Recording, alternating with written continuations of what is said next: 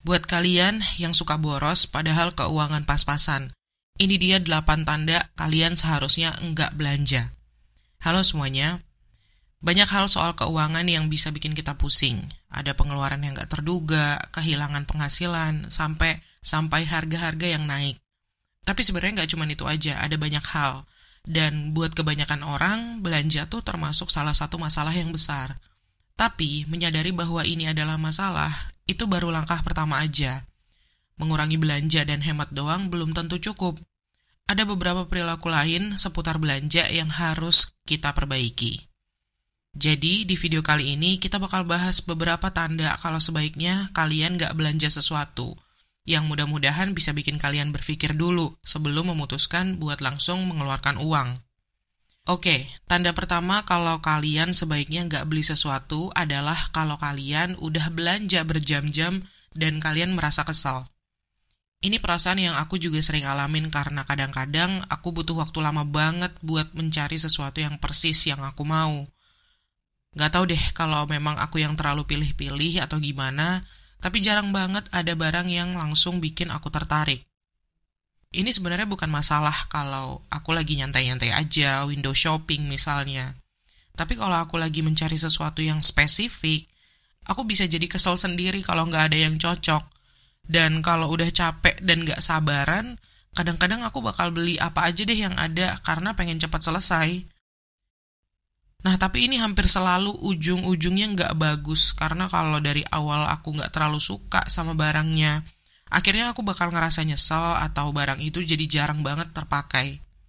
Jadi sekarang aku selalu pastiin buat beli barang yang benar-benar aku suka.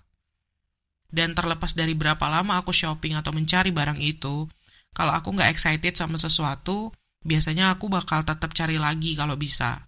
Karena pada akhirnya aku seringkali lebih banyak ngeluarin uang kalau memutuskan buat beli opsi yang pertama yang aku pilih karena buru-buru tadi. Soalnya, begitu nemu yang benar-benar aku mau, biasanya aku bakal beli itu juga. Jadi akhirnya aku punya 2 hal atau 2 barang yang sama dong. Dan itu boros, sia-sia. Salah satu tanda lain adalah bahwa kita mencari validasi. Ini tuh artinya kalau kita membeli sesuatu untuk menegaskan nilai diri kita sendiri, atau untuk ngebuktiin sesuatu kepada orang lain. Atau kita mungkin mencoba membuktikan sesuatu kepada diri kita sendiri, yang mana ini juga sebenarnya nggak sehat ya, karena dengan mindset itu, kita jadi ngerasa perlu memakai merek tertentu, brand tertentu, barang tertentu, untuk merasa lebih baik tentang diri kita sendiri. Tapi ini bukan satu-satunya cara kita bisa mencari validasi sih, kadang-kadang bisa halus banget, sampai-sampai kita nggak sadar. Aku sendiri pernah ngalamin ini beberapa tahun yang lalu, waktu aku belanja baju formal buat suatu acara. Aku pergi ke salah satu butik dan mereka punya banyak barang bagus. Jadi aku ada di sana cukup lama mencari mana yang aku suka dan cocok. Waktu itu ada banyak penjaga butik dan aku di sana juga cukup lama kan. Tapi aku dapat kesan kalau seakan-akan aku nggak terlalu dianggap sebagai customer. Dari waktu aku masuk toko itu, nggak ada yang nyapa aku, nggak ada informasi tentang diskon misalnya. Gak ada yang tanya, aku mau coba ruang ganti atau apa gitu. No nothing. Tapi mereka ngobrol asik banget sama banyak customer lain yang berpakaian lebih rapi dan kelihatan lebih berkelas aja dari aku pada waktu itu. Saat itu aku bisa aja langsung keluar dari butik itu. Tapi di satu sisi aku juga mikir, idih mereka siapa? Aku juga bisa kok belanja di sini. Dan untuk membuktikan hal itu, akhirnya aku beneran beli sesuatu. Setelah belanja, barulah aku sadar kalau itu bodoh banget. Karena pada akhirnya, satu-satunya orang yang kalah dalam situasi itu, ya adalah aku. Tapi semakin tua, semakin dewasa dan bijak, dan akhirnya aku sadar bahwa aku, begitu juga kalian, kita nggak perlu membuktikan sesuatu kepada siapapun. Apalagi sampai mengeluarkan uang yang banyak untuk membuktikan hal itu. Tapi di sisi lain, kalian juga nggak mau beli sesuatu kalau kalian ngerasa terpaksa. Sadar nggak sadar, keputusan kita untuk belanja itu dipengaruhi oleh penjaga toko, penjaga butik atau si salesnya. Misal, kalau kalian nggak yakin tentang suatu barang atau kalau kalian nggak mau beli sesuatu, seringnya mereka bakal mundur dan nggak memaksa kalian. Tapi ada juga beberapa sales yang agak maksa Dan mereka mungkin bilang apa aja yang pengen kalian dengar demi mendapatkan uang kalian, demi bisa menjual produk yang mereka jual. Jadi, penting untuk menyadari kemungkinan ini dan dengerin perasaan kalian waktu belanja. Dan coba blokir semua omongan yang mendorong kalian untuk beli sesuatu. Dan tekanan ini sebenarnya nggak cuma datang dari sales. Kalau kalian pergi belanja sama temen atau sama keluarga, mereka juga bisa mencoba membujuk kalian membeli suatu barang yang sebenarnya kalian belum mampu untuk beli, atau barang yang kalian sebenarnya nggak yakin banget sepenuhnya pengen belanja itu.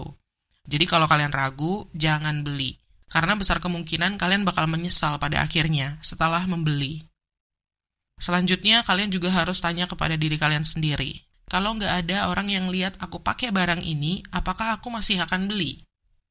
Aku personally suka banget pertanyaan ini karena membuat kita benar-benar memikirkan niat di balik suatu pembelian.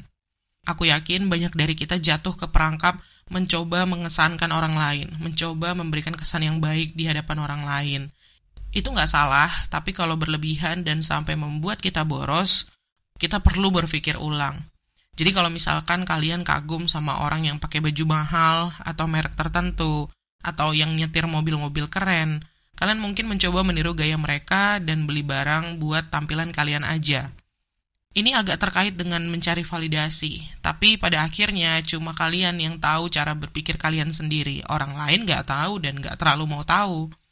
Jadi serius deh, pertimbangkan apakah keinginan untuk membuat kesan pada orang lain itu mempengaruhi keputusan belanja kalian.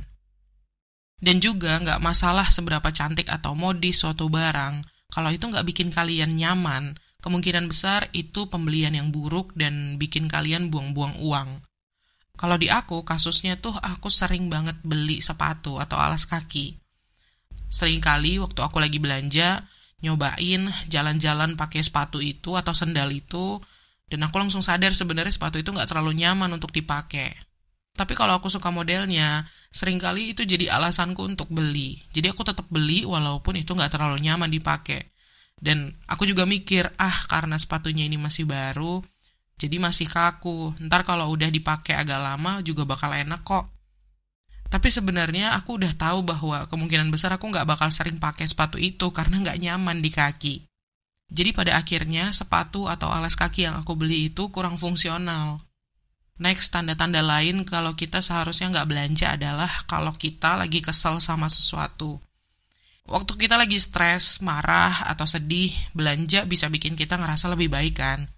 Aku yakin hampir dari kalian semua juga setuju dan pernah ngerasain ini.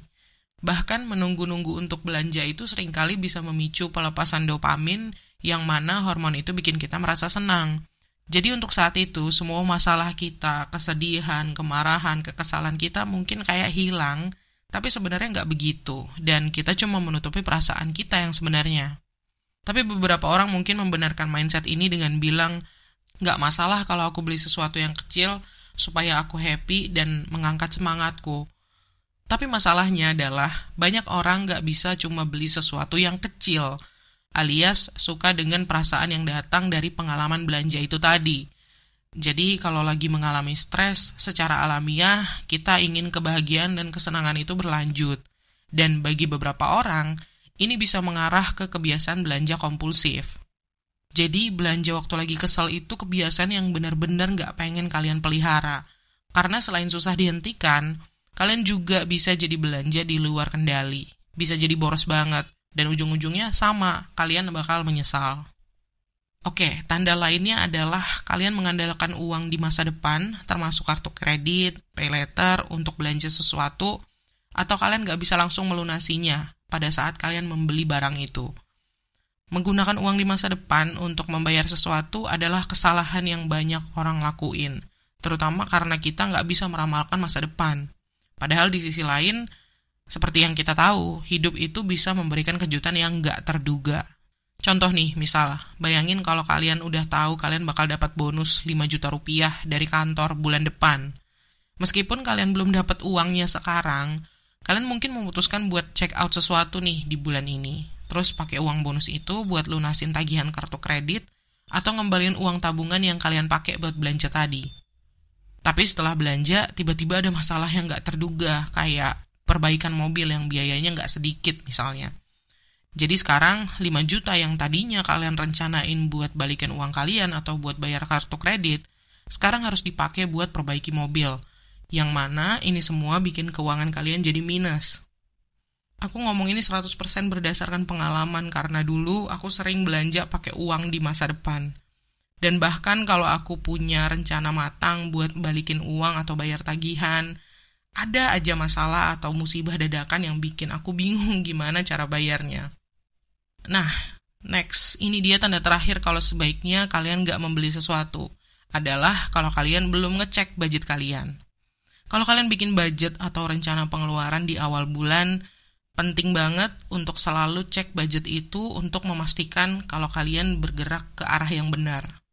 Selain budget untuk kebutuhan, kalian juga perlu yang namanya budget untuk keinginan. Tapi karena gampang banget kebablasan atau overspending di kategori keinginan, kalian juga wajib pantau pembelian kalian supaya nggak kebablasan.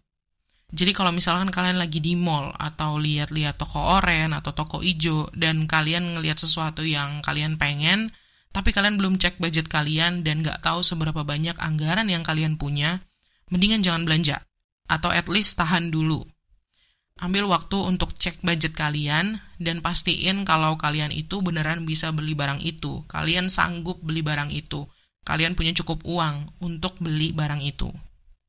Oke, semoga nextnya tips-tips ini bisa kalian pakai setiap kali kalian mau belanja ya.